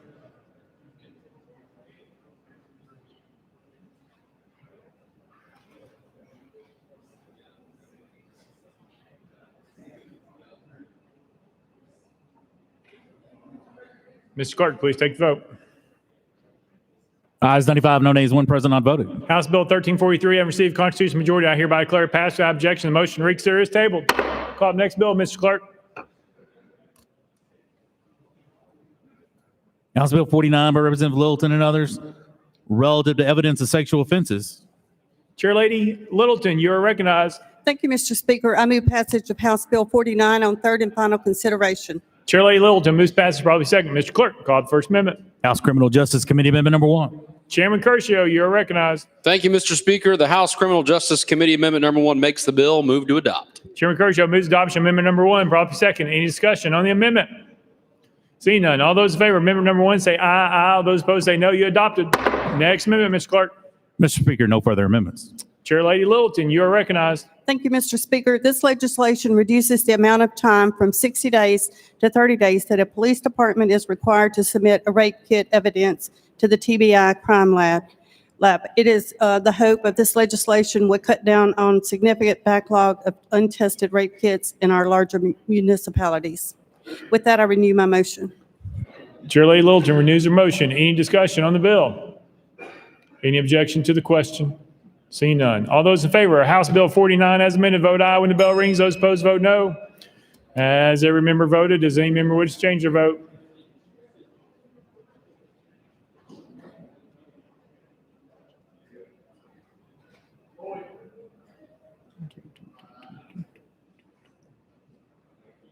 Mr. Clerk, please take the vote. Ayes 97, no nays. House Bill 49, I received constitutional majority. I hereby declare passed without objection. The motion to reconsider is tabled. Call up next bill, Mr. Clerk. House Bill 17 by Representative Lamar relative to justifications excluding criminal responsibility. Mr. Speaker, the Senate bill is on the desk. Representative Lamar, you're recognized. Thank you, Mr. Speaker. I move to substitute and conform to Senate Bill 0188. Representative Lamar moves substitute conform Senate Bill 188, probably second without objection. So ordered. Representative Lamar, you're recognized. Thank you, Mr. Speaker. I move passage of Senate Bill 0188 on third and final consideration.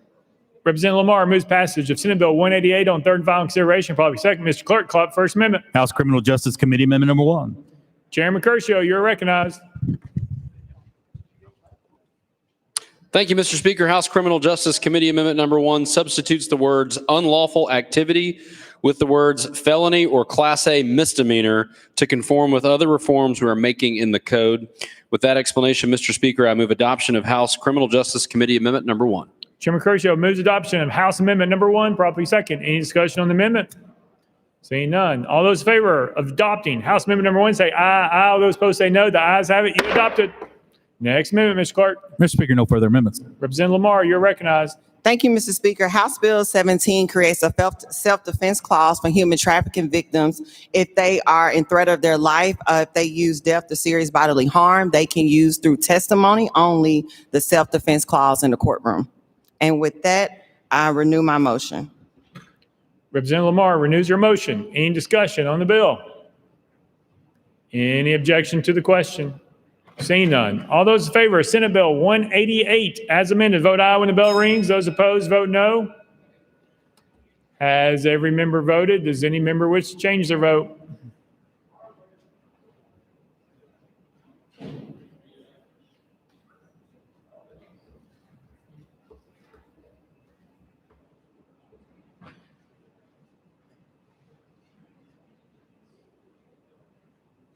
Mr. Clerk, please take the vote. Ayes 94, no nays. Senate Bill 188, having received constitutional majority, I hereby declare passed without objection. The motion to reconsider is tabled. Call up next bill, Mr. Clerk. House Bill 117 by Representative Lamar, relative to training on the detection, intervention, prevention, and treatment of human trafficking. Representative Lamar, you're recognized. Thank you, Mr. Speaker. I move for passage of House Bill 117 on third and final consideration. Representative Lamar moves passage properly second. Mr. Clerk, any amendments been filed? Mr. Speaker, no amendments filed. Representative Lamar, you're recognized. Thank you, Mr. Speaker. House Bill 117 increases from one time to once every 3 years the required in-service training for teachers employed by a local LEA in regards to detection, intervention, prevention, and treatment of human trafficking in which the victim is a child. And with that, I renew my motion. Representative Lamar renews her motion. Any discussion on the bill? Any objection to the question? Seeing none. All those in favor of House Bill 117, vote aye when the bell rings. Those opposed, vote no. Has every member voted? Does any member wish to change their vote?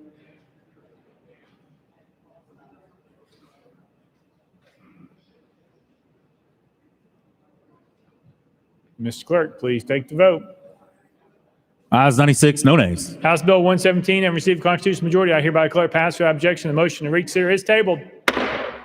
Call up next bill, Mr. Clerk. House Bill 843 by Representative Lamar, relative to health of the inmates. Mr. Speaker, the Senate bills on this. Representative Lamar, you're recognized.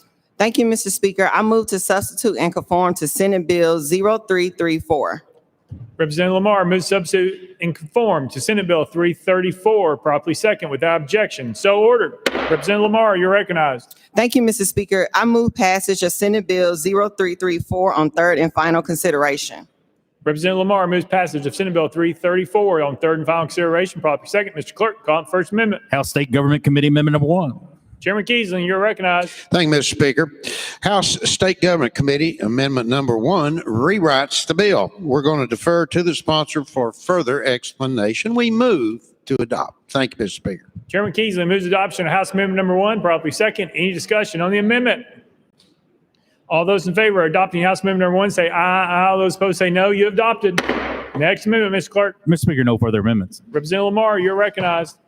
Thank you, Mr. Speaker. House Bill 843 simply codifies that women between the ages of 50 and 74 receive a mammogram every 2 years, and that if you're between the ages of 40 and 49, you get education about breast cancer screenings. And it allows for technology to grow and service to grow as technology continues to innovate. Our state corrections facility has done a great job in their treatment of women's services and want to continue to support them in those efforts.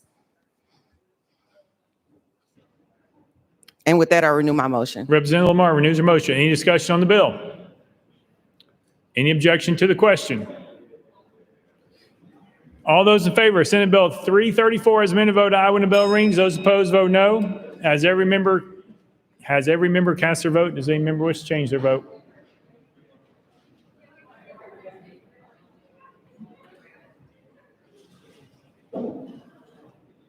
Mr. Clerk, please take the vote.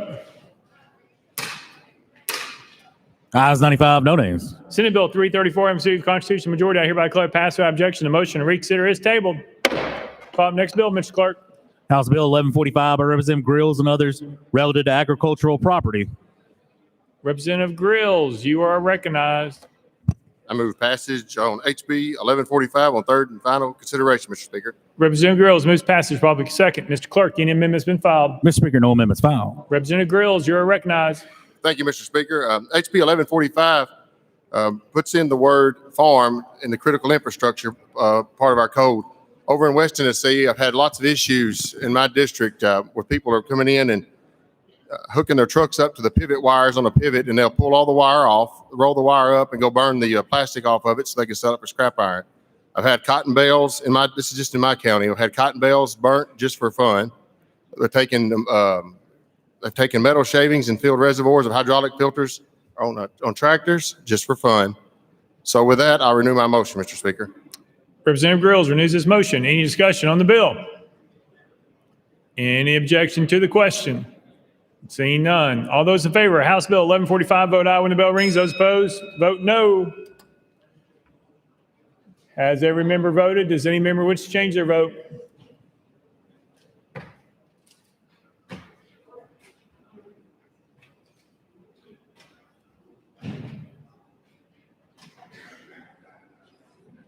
Mr. Clerk, please take the vote. Ayes 97, no nays. House Bill 1145, having received constitutional majority, I hereby declare passed without objection. The motion to reconsider is tabled. Call up next bill, Mr. Clerk. House Bill 890 by Representative Leatherwood relative to alternative education.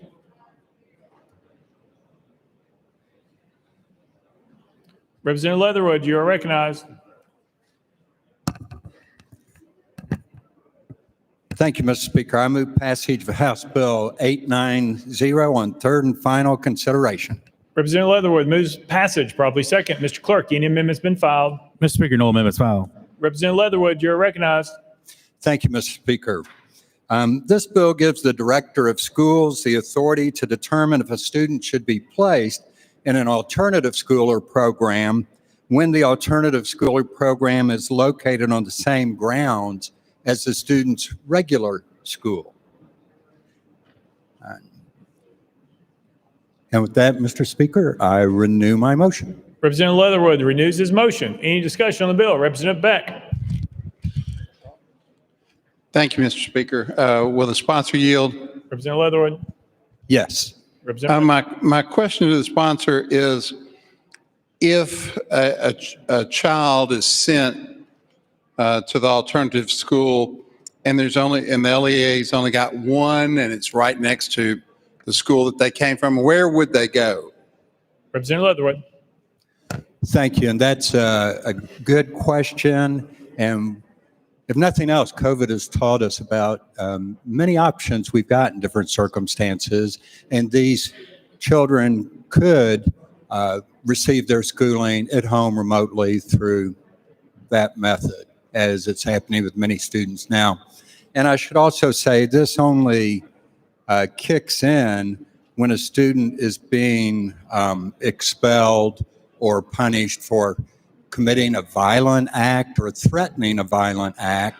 And so, again, this only takes place when the alternative school is on the same grounds as the regular school. So it doesn't make sense to tell a student who is engaged in some violent activity, well, you know, you're being sent to alternative school. We're going to move you from this room to that room across the hall. So this bill looks to look out for the safety of the students and faculty by letting them learn remotely from home as an option at the discretion of the LEAs. Representative Beck. Very good. Thank you so much. Any further discussion? Representative Parkinson. Thank you, Mr. Chair. And just for further clarification, if I'm not mistaken, this kicks in with students when there is the possibility of violence to other members inside of the school, if I'm not mistaken. Am I correct, Mr. Sponsor? Representative Leatherwood. That is correct. Representative Parkinson. Thank you, Mr. Speaker. And a few years back, well, a couple of years back, we passed a bill that said that the students that are expelled, and I believe it's 10 days, if I'm not mistaken. I'm not sure what your bill does. It may be 10 days also. Will go to an alternative education setting. And that alternative education setting could also be virtual because we didn't have virtual when we started this, but we now have virtual also. So thank you. I just wanted to clarify that, Mr. Speaker and Mr. Sponsor. Thank you. Thank you. Any further discussion? Any objection to the question? Seeing none. All those in favor of House Bill 890, vote aye when the bell rings. Those opposed, vote no. As every member voted, does any member wish to change their vote?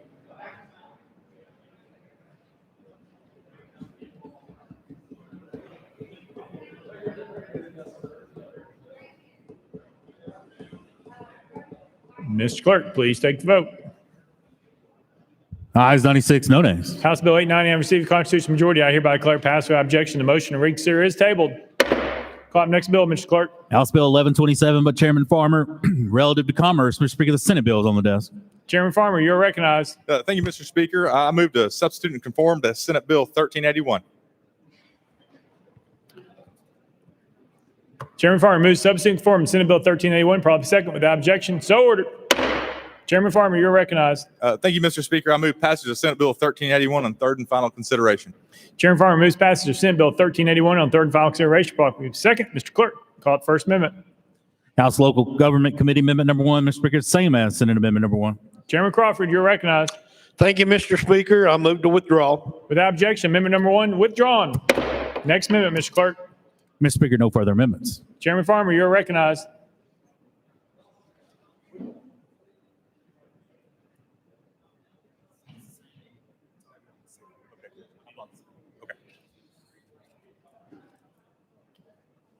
Thank you, Mr. Speaker. And members, what this bill does, this has to do with HOAs.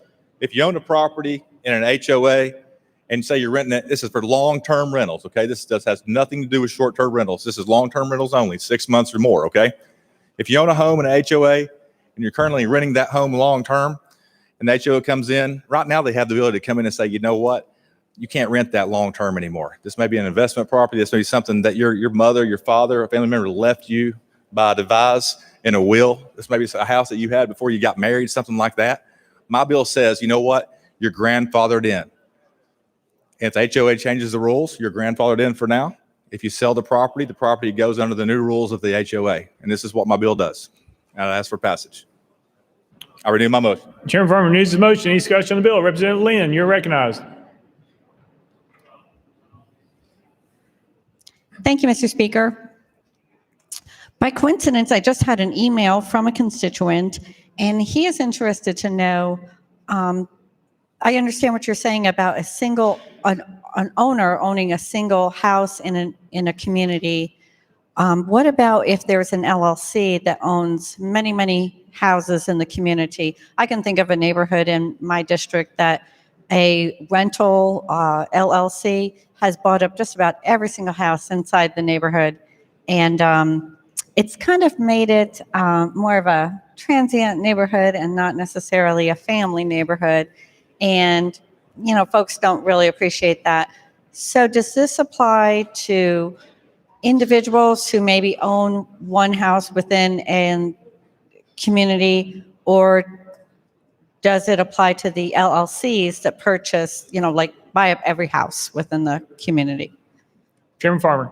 Yeah, and thank you, Mr. Speaker, and thank you for that question. Just as an individual, I could go in and you, as individuals, we can go and purchase as many homes as we want to, and we could afford as investments, just as an LLC could. This wouldn't preclude an LLC from coming in and doing that, to answer your question. It would not preclude an LLC from buying up properties in a subdivision. Representative Lynn. Oh, I wouldn't expect it to preclude them from buying property in the subdivision, but I was just wondering if they would be grandfathered in. Chairman Farmer. And then, thank you, Mr. Speaker. And yes, they would be grandfathered in just as an individual would. Okay, and it's my understanding, in my opinion, that if the corporation owns these properties, they're going to have the means to keep these properties up and pay HOA's fees. And once again, let's remember this. This is for long-term rentals only. Okay, this is not, so I think the transient portion of your question, we're talking long-term, 6 months or more. Typically a year lease is all I see in rentals. Representative Lim. So my last question would be, if the HOA, however, did change their rules and one of those large rental companies, the LLC, comes in and tries to buy up every house to rent it, if the HOA's rules already prohibited that, then they wouldn't be able to do that then. Chairman Farmer. If the HOA has changed the rules and that property is purchased after the rule change, they have to abide by the rules. Representative Freeman. Thank you, Chairman. And to the sponsor, I genuinely appreciate you working with me. This has been a couple of year process, so I really do appreciate it. I'm still not crazy about the bill. And back to the point that was just made, members, the reason people buy into HOAs is to protect their property rights and their property values. And the reason that these HOAs are changing their bylaws in the middle of this is because these out-of-state, large corporate buyers of these properties are not taking care of the properties appropriately. And so these Tennesseans, these homeowners of our communities want to change the laws or the protect their single largest asset, which is their home. And if this bill passes, it will remove the ability of these residents to protect their largest asset, which is their home. I'm going to add one more thing to it. In Tennessee, if you want to get an FHA loan, there are restrictions to how many rental properties are in your community before you can do this, before you can get a loan. If we allow this and don't allow communities to limit the number of renters in their property, we could very likely remove the ability of Tennesseans to get loans. Okay? When that happens, you're going to have individual large corporations that come in and pay cash. We will, in my opinion, have a very serious problem of people being able to get loans in communities that cannot control the own destiny of those communities. And with both of those reasons, I ask everybody to vote against this bill. Chairman Farmer. Anything? Representative Ogles. Thank you, Mr. Speaker, and to the sponsor. My only criticism of this bill is it doesn't go far enough. HOAs are out of control in this state. When you purchase a property, you look at those covenants and restrictions, and you make consideration to that purchase of that property. What we have is we've had lawyers insert clauses that basically say, once you buy your property, we can come back and strip you of almost all of your rights because you bought the property. They're out of control. They need to be regulated, and I appreciate this bill greatly. Thank you. Representative Halsey. Thank you, Mr. Speaker. Just to be clear, this doesn't apply to everybody. These associations can change their bylaws anytime they want to. This is just for people who have inherited a house or a scenario like that. Is that correct? Chairman Farmer. Yes, Representative Halsey, that is correct. If you currently own that property and then they change the bylaws during your ownership or you're allowing renters to be in there, but that's who the folks it applies to. So yes, to answer your question. Any further discussion? Representative Love. Thank you, Mr. Speaker. And I just want to follow up on your question. So it's only for people who inherit property?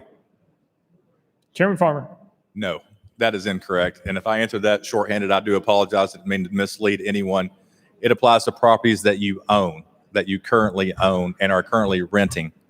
So if the HOA changes the bylaws while you are currently renting a property that you own, then it doesn't apply to that change. That property doesn't apply to the change until it's transferred or sold, and then that change would take effect. Representative Love. Representative Parkinson. Thank you, Mr. Speaker and Mr. Sponsor, and for clarifications. You own a property right now under an HOA, under their bylaws. You stay under those same bylaws. If that property transfers after the HOA has changed the bylaws, the new owners fall under the new bylaws. Good bill. Representative White.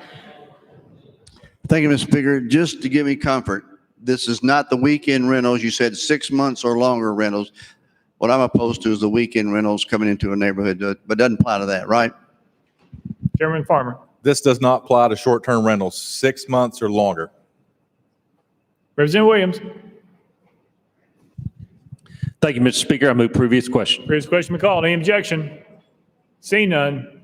All those in favor of Senate Bill 1381, vote aye when the bell rings. Those opposed, vote no. Has every member cast their vote? Does any member wish to change their vote?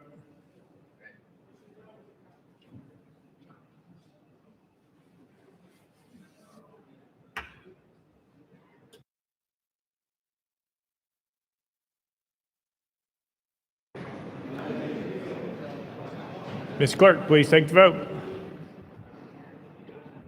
Aye, 73, 16 nays, 3 present, not voted. Senate Bill 1381 and received constitutional majority. I hereby declare it passed without objection. The motion to reconsider is tabled. Call up next bill, Mr. Clerk. House Bill 334 by Chairman Hicks, relative to alkaline hydrolysis. Mr. Speaker, the Senate bill is on the desk. Representative Hicks, you're recognized. Thank you, Mr. Speaker. I move to substitute and conform to Senate Bill 0931. Representative Hicks moves to substitute and conform to Senate Bill 931 without objection. So ordered. Representative Hicks, you're recognized. Thank you, Mr. Speaker. I move passage of Senate Bill 931 on third and final consideration. Representative Hicks moves passage of Senate Bill 931 on third and final consideration. Probably second. Mr. Clerk, call the first amendment. Mr. Speaker, no amendments filed. Representative Hicks, you're recognized. Thank you, Mr. Speaker. Members, House Bill 2004 creates regulations and requirements on the operations of water cremation. I renew my motion. Representative Hicks renews his motion. Any discussion on the bill? Any objection to the question? Seeing none. All those in favor of Senate Bill 931, vote aye when the bell rings. Those opposed, vote no. Has every member voted? Does any member wish to change their vote?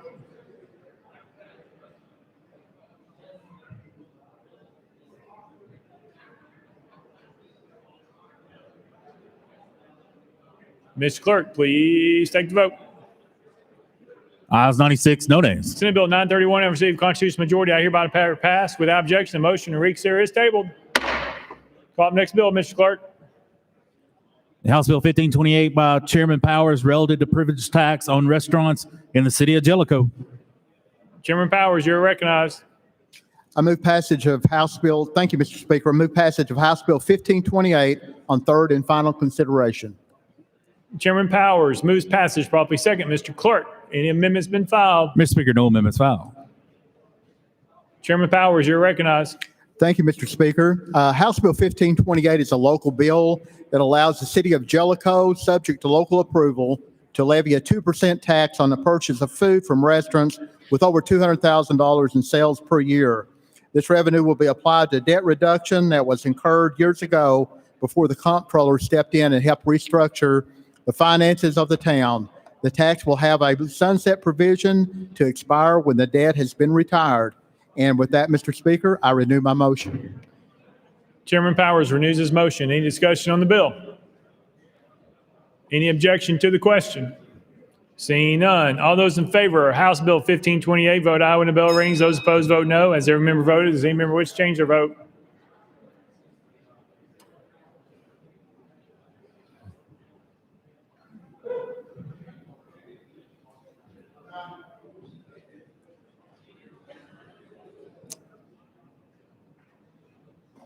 Mr. Clerk, please take the vote. Ayes 81, 3 nays, 10 present, not voted. House Bill 1528, having received constitutional majority, I hereby declare passed without objection. The motion to reconsider is tabled. Call up next bill, Mr. Clerk. House Bill 154 by Chairman Haston, an act to create the Chester County Solid Waste Disposal Services. Representative Haston, you're recognized. Thank you, Mr. Speaker. I move passage of House Bill 154 on third and final consideration. Representative Haston moves passage. Probably second. Mr. Clerk, any amendments been filed? Mr. Speaker, no amendments filed. Representative Haston, you're recognized. Thank you, Mr. Speaker. This bill is a private act to allow Chester County to collect a solid waste disposal fee. With that, Mr. Speaker, I renew my motion. Representative Hasty renews his motion. Any discussion on the bill? Any objection to the question? Seeing none. All those in favor of House Bill 154, vote aye when the bell rings. Those opposed, vote no. As every member voted, does any member wish to change their vote?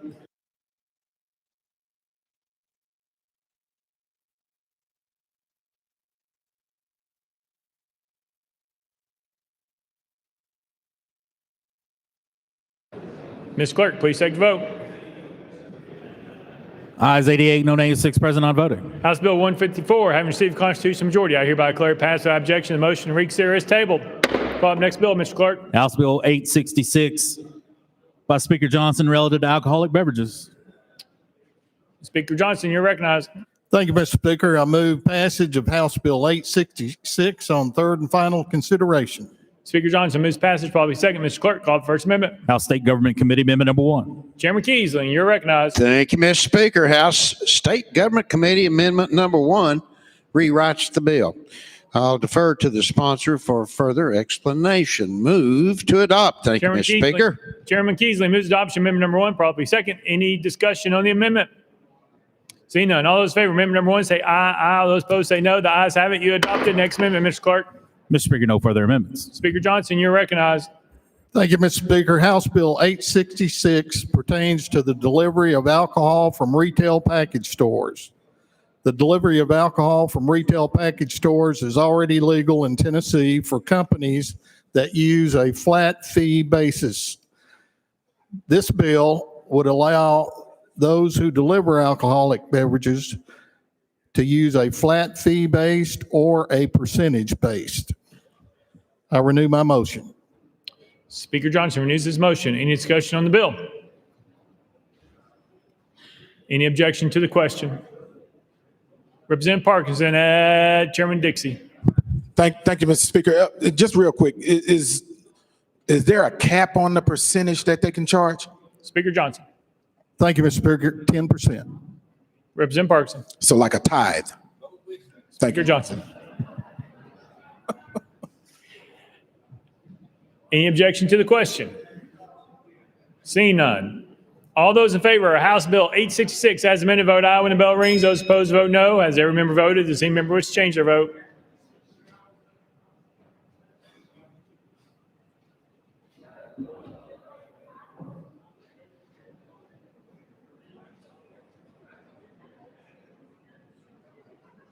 Mr. Clerk, please take the vote.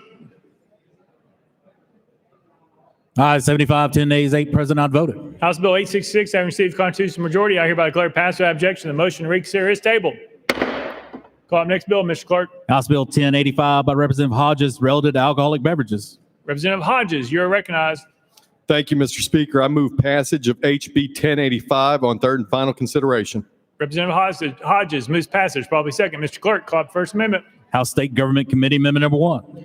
Chairman Keisling, you are recognized. Thank you, Mr. Speaker. House State Government Committee Amendment Number 1 rewrites the bill. I defer to the sponsor for further explanation. Move to adopt.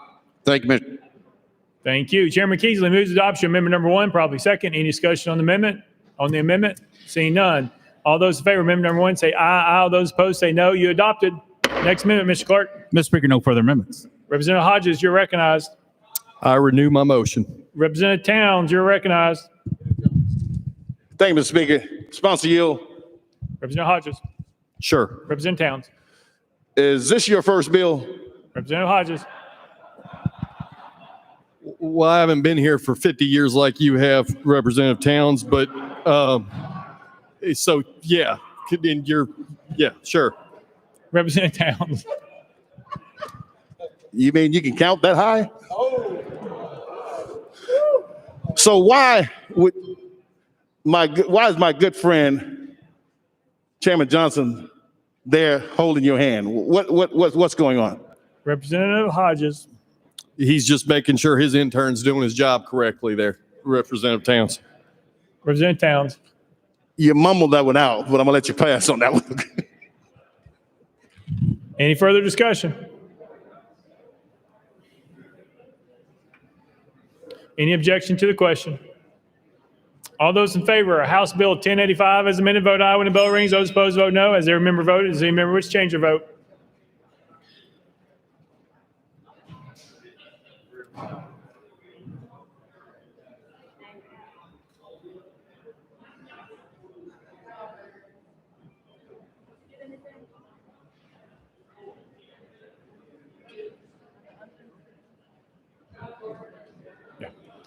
Ms. Clerk, please take the vote. Ayes 77, 14 nays, 5 present, I voted.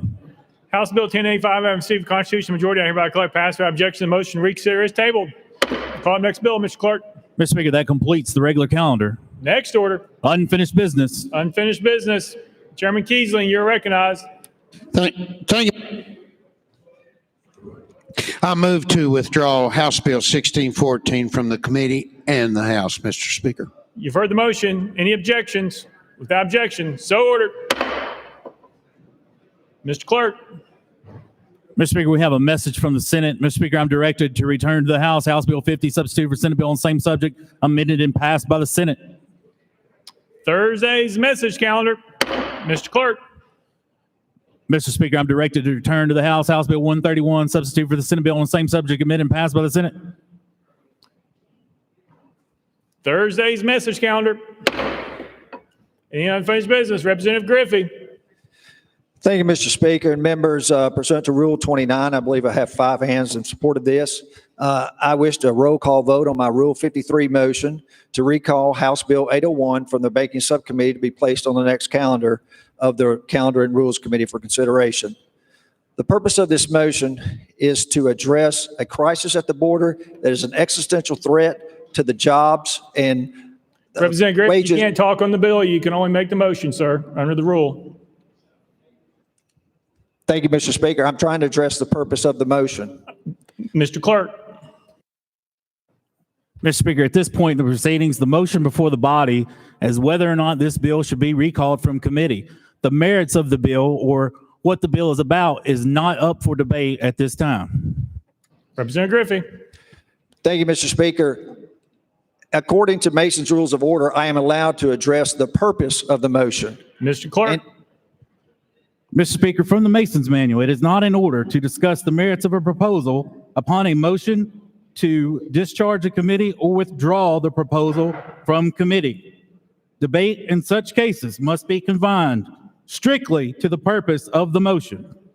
Representative Griffey. Thank you, Mr. Speaker, and I am trying to address the purpose of the motion and trying to explain the purpose of the motion.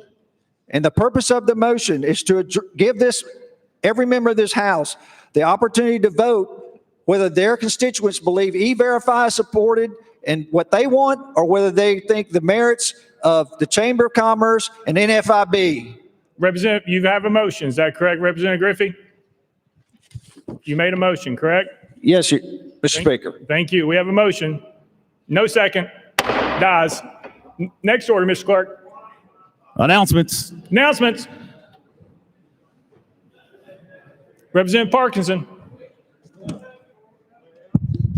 Thank you, Mr. Speaker. Mr. Speaker, I missed this opportunity earlier. Members, I had a constituent. Members, if I can get your attention, please. I had a constituent who we affectionately called the mayor of Carver Heights. Her name was Emma Mae Pete Motley, and we lost her recently, and I would like us to give her a moment of silence, if we will, Mr. Speaker.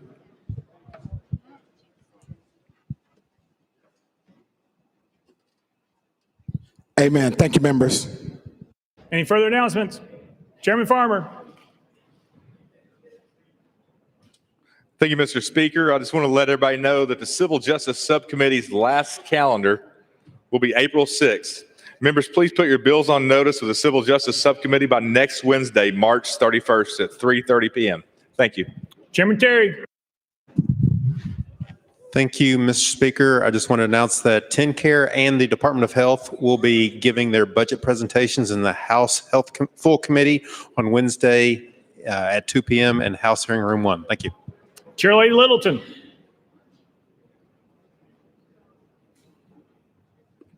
Thank you, Mr. Speaker. The Children and Family Affairs Subcommittee's last calendar will be April the 7th.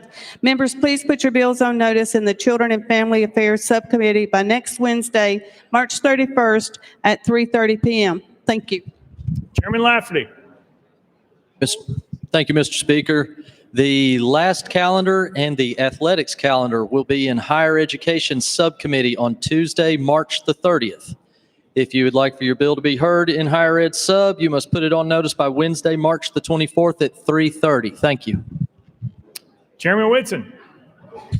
Thank you, Mr. Speaker. Reminder, the final calendar for Transportation Subcommittee will be on Tuesday, March 30th. The deadline for bills to be put on notice for this committee this year will be this Wednesday, March 24th at 3:30 p.m. Thank you, Mr. Speaker. Thank you. Chairman Haston. Thank you, Mr. Speaker. I do not want to talk about how bad the Big Ten has been playing in the NCAA tournament, but I did want to recognize that one of our own had his daughter contribute in double-digit minutes in a win in the first round in the NCAA tournament for the UT women, Tess Darby, and I think we should give her a round of applause.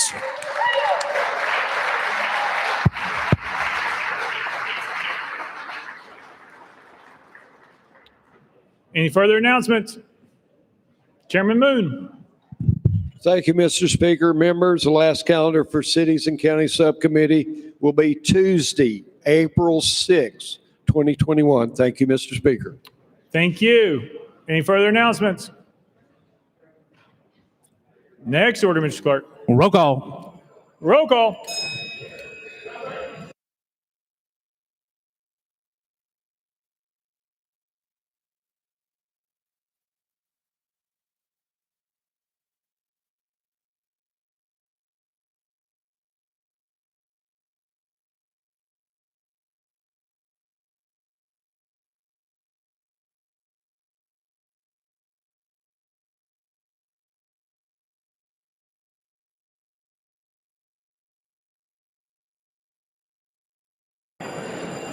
Ms. Clerk, please take the roll. Mr. Speaker, 97 members present. Next order, Mr. Clerk. That completes the regular order, Mr. Speaker. Leader Gant, you're recognized. Thank you, Mr. Speaker. I move that the House stand in recess until 9:30 a.m. on Thursday, March 25th, 2021. Without objection, the House stands in recess till 9:30 a.m. on Thursday, March 25th, 2021.